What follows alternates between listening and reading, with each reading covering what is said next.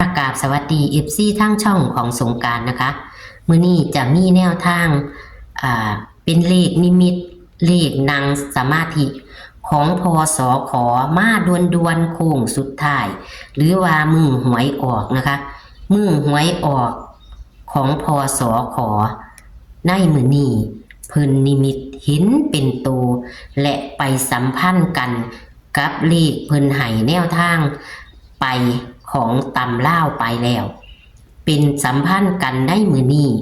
ฝันแบบนี้เพิ่นว่าออกแท้ๆเพิ่นมั่นใจเพราะว่ามันเคยออกนะคะฝันได้มือหวยออกเอาด่วนๆค่ะพี่น้องเอาจังใด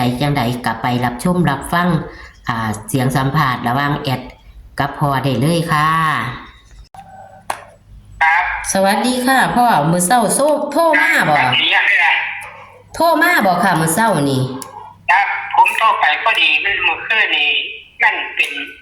ฝันแต่ว่ามันฝันเป็นโตคือกันทำน้องฝันนั่นล่ะฝันเป็นโตไปเห็นตอนพวกทำก่อนผมบอกว่านั่งจิตเคิมไปว่ายังไม่ได้เกิดว่าไปเห็นขึ้นค่ะอันนี้สิเป็นตำลาวหรือสิเป็นของใช่ครับของรัฐบาลไทยแม่นบ่ค่ะครับใช่ก็เป็นภาพไปเรื่อยเป็นโตเป็นมัน150แต่ว่า150นี่มันเป็นโตสีแดงตัวใหญ่แล้วก็ดึงนิ้วกลางงานนี่มันเป็นโตต่างจากเล็กน้อยเลยตัดเป็นตามโตติดกันแต่ว่าโตเล็กตรงกลางงานมันเป็นโตตรงแต่แล้วก็เป็นตื่นแล้วก็มาเบิ่งแล้วก็เลยนอนแบบเลยเหมือนว่านั่นไม่นอนเลยเกิดพอดีเกิดเป็นก็ยังแสงนีออนพวกนี้แสงนีออนเป็นเลขนั้นเลขมัน3เลขสีเงินแล้วก็จางลงอีกไปแค่น้อยนี่มันก็เป็นแต่ว่าตัวน้อยเพราะว่าตัวที่แรกเลข3กับเลข1ที่เป็นเลขหนึ่งอยู่ต้องใจมือตัวน้อยเรื่องโชคเรื่องแม่เป็นมันเป็นยังไงล่ะใช่ไหมค่ะมันเป็นขึ้นนิมิตนี่บอกค่ะมันขายมันเป็นภาพที่ว่ามันฝันกับว่ามันที่ว่ามันกับทำน้องฝันทำน้องมันเป็นภาพเป็นนิมิตเพราะว่าเป็นแบบเดียวพอนั่งภาวนาอยู่แม่นบ่ค่ะนั่งเพราะว่าจิตจะเกิดเห็นกันใช่ไหมเห็นที่แรกนี่เห็น150หรือว่าจังไดก็พอเว้าใหม่ค่ะนะตอนนั้นเห็นเป็น150แต่ว่า50นี่มันเป็นตัวที่แดงๆแต่ว่าตัวเลข1ข้างหน้ามันเป็นอย่างมั่วๆจากจางๆลงจังน้อยก็เกิดแรกให้เห็นท่านแล้วก็มันก็จางหายไปเลยผมก็ได้มันยิ่งขึ้นมากโอ้150ผมก็เลยนอนเรื่องของภาวนาไปอันนี้เกิดเห็นเป็น31ครับเลยพวกส่งหมดยามแรกเป็นกันหน้ากระเทียมมันแมนว่าติเดียวนะเพราะว่ามันไม่ได้ไม่อยากเพราะว่ามันตายแล้วมือนี้มันเป็นมือนั่นอยู่แล้วเนาะมันเป็นของรัฐบาลไทยอยู่แล้วครับมันที่แรกผมเห็นมือต้องหมวดมันจะเป็นแบบนี้ละ190แต่ว่ามาอ่านมือแล้วมันสิบ่แม่นสิบ่แม่นแล้วก็ลักษณะของความฝันมันเป็น468แต่มันบ่มีเชื่อมต่อเลยมือสุดท้ายมือใดมือก็บ่มีผมก็เลยว่าทุกอย่างแต่มันอาจสิบ่แม่นมือเจ้าหมดค่ะคลิปแรกอาจจะบ่แม่นเพราะจะหลังมันสิแม่นดอกตาเกานี่ขันมานิมิตมือจังสี่มันสิแม่นแม่นบ่พ่อครับมันแม่นครับอันมาเบิ่งที่เบิ่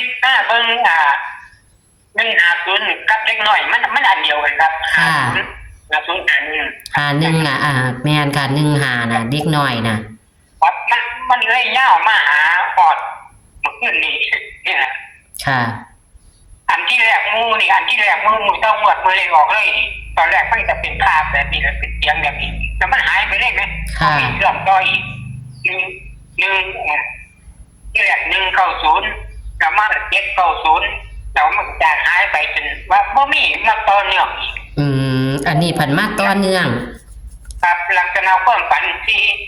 68ที่58จะเป็นหัวปลาแล้วครับบ่มีเชื่อมต่ออีก หายไปเลยผมแต่ตอนได้รับขันมันไม่เชื่อมต่อตอนมือแต่มือสุดท้ายสิมันสิบ่แมน มันบ่ย่ำอีกซุ่มนั่นเนาะ มันได้กินผมนี่เหล้ามีเนาะ ค่ะ ผมเอาแต่มือที่แรกกับมือสุดท้าย2 มือแต่มือที่แรกกับมือสุดท้ายเชื่อมโยงกันติดต่อกันอันเดียวกันนี่ แมน มือแรกกับมือสุดท้ายแมน แมนโอ้จังสั่นละบัดนี้พ่อ แต่มันบ่มีเหล้าตะกี้มันบ่เลยบ่สับสนเลย ค่ะ ครับนั่นน่ะ มันก็เลยมาเป็นอยู่ตรงกันกับคือ15เนาะ 150ครับ 150นี่ล่ะ เกณฑ์เลข150 แล้ววันนี้ให้ตัดให้บ่พ่อ ผมว่านี่เอาโตกลับของ50เป็นโตกัดสำหรับบนมันนะครับ ค่ะ แล้วกลางนี่มันโตแท้เลยมันเป็น31 ค่ะ แล้วก็ว่าเป็นโตกันซะ13แล้วก็01นี่แทรกไว้จักหน่อยจ้ะเป็นเพื่อสวยเสือเพราะว่าตัวจริงจังตัวน้อยๆสิเลียนแน่บ่เลียนแน่นะผมเลยมาพิจารณาเบิ่งโต31นี่เป็นตัวแท้ อืม ตัวแก่เป็นมันมีแค่2ตัวผมคิดว่ามันเป็นเลขของ บัดนี้พ่อจะให้กลับไปแบบใด051บ่ 150ครับ150 แล้วก็50บ่ ครับ 50แล้วตัวหยังตัวกันก็ ครับ05 05 บ่ต้องเอาหา1คือ1หาบ่ต้องเอาเพราะว่ามันชัดอยู่ว่าหา โอ้ตัวเลข1บ่ชัด ครับตัวเลข1ตัว1บ่ชัด อืม ไม่ตัดออกเลยแล้วเพราะว่ามันมี3ตัวผมคิดว่าเป็นเลขบน มันสิบ่บังติพ่อหนู มัน บัด อาจจะเขาอาจจะย้ำชัดเจนคือ50 อืมแต่หนูนี่ ของมันอาจจะเป็น7ได้จังว่าแต่ว่าผมก็อยากให้มันเป็นหลายตัวนะ หนูนี่ว่า15แล้วหนูนี่ว่า อืม เป็นไปได้ที่กันครับ เพราะว่าฝันย่ำเห็นเด็กน้อยผู้ชายมันก็เข้าไปแล้ว15 เล็กน้อยดึงหัวเล็กน้อยออกอันนั้นมันโตชัดเจนเลย อืม เพราะว่าแต่แปลกประหลาดที่ผมเคยเห็นชัดเจนมันเป็นนิมิตที่ผมเคยเห็นแต่ผมก็เคยว่ามันเป็นแบบนั้นได้ บัดนี้ เล็ก ก็ น้อยครับบอกแล้วก็ที่ให้บอกดึงหัวออกมัน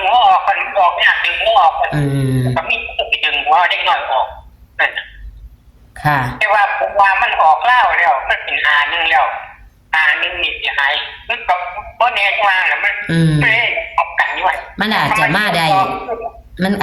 ด้พ่ออืม ครับมันมาได้อยู่มาได้คือกันอยู่ บัดนี้แต่ว่าอันบัดนี้พ่ออันคืออัน5005นี่เป็นบนแม่นบ่ ครับ50ตัวชัดประมู อ๋อเอาตัวเน้น เป็นตัวกันครับ ค่ะ ตัวเน้นก็คือ50ครับ ส่วนเลขล่างเพราะว่า31 ครับ ตัวกันค่ะ ตัวกันคือ13ครับ อ๋อค่ะ ตัวรองลงมาของตัวกันอีกคือ01โอ้01เป็นของรางติพ่อ01นี่ นี่เป็นของล่างครับเพราะว่ามันเห็นแชร์2ตัว ค่ะ ครับ ค่ะก็มีแค่นี้เนาะค่ะ ทางว่าพี่จะนี่แหละ ค่ะก็ขอบคุณพ่อค่ะ ที่ให้แนวทางค่ะ ครับ ค่ะสวัสดีค่ะ ก็ดีเลย ค่ะ มาด่วนๆค่ะ พอสอขอโทรมาบอกนะคะ นิมิตเมื่อคืนนี่ไม่หมาด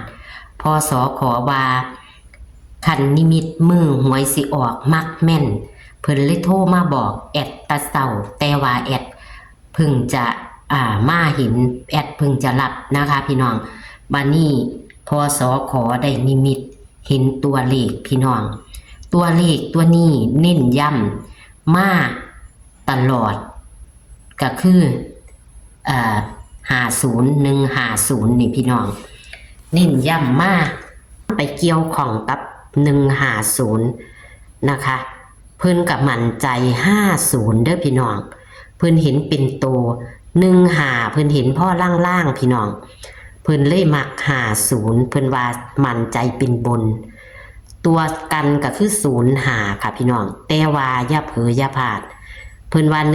1551มันออกตำล่าวแล้วเพิ่นก็เลยบ่มั่นใจแต่ว่าแอดว่าให้ตัดลิ้นเอาเด้ออย่าประมาทเนาะมาใดค่ะนี่คือของรัฐบาลไทยส่วน31เพิ่นก็เห็น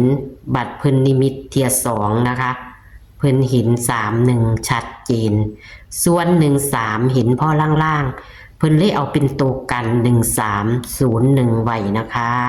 แต่เป็นลางค่ะพี่น้องบนเป็นบนลางเป็นลางค่ะเอาแคปหน้าจอค่ะแคปหน้าจอค่ะดวนพอเคยนิมิตแบบนี้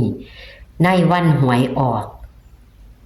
มันเข่าดีพี่น้องเอาขอให้พี่น้องโชคมานกับพศขอโค้งสุดท้ายมือวันที่16กรกฎาคม67มือวันที่16กรกฎาคม69เป็นของรัฐบาลไทยค่ะโชคมันค่ะสวัสดีค่ะ